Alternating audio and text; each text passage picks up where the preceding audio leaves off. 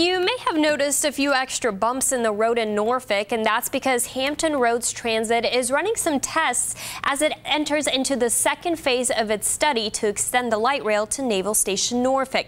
One option would place the tracks along Monticello Avenue and Hampton Boulevard. The other alternative would run along Church and Granby Streets. Jemmy Lee explains what the HRT is doing to determine which one is the best route.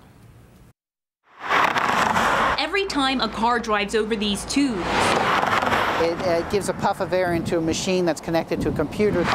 The tubes will help Hampton Roads Transit figure out which of these two routes would be the best option to extend the light rail to Naval Station Norfolk. What we're doing is trying to figure out how many cars a day, trucks and buses and other vehicles are using those streets.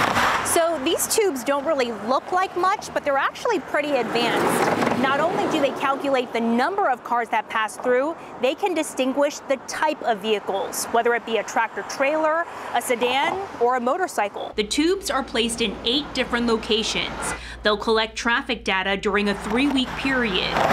Once they get all the data for that, they'll start looking at environmental impacts, such as the amount of noise it would create and whether it would intrude on historic districts.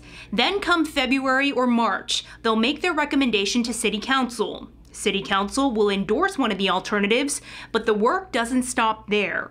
HRT will then have to complete another study that will compare this alternative to a study that was finished in 2015. That study looked at an alternative route on the east side of the city. These projects take a long time. 6 to 8 years is what we're talking about from today before you possibly could ride something. In Norfolk, Jemmy Lee, 13 News Now.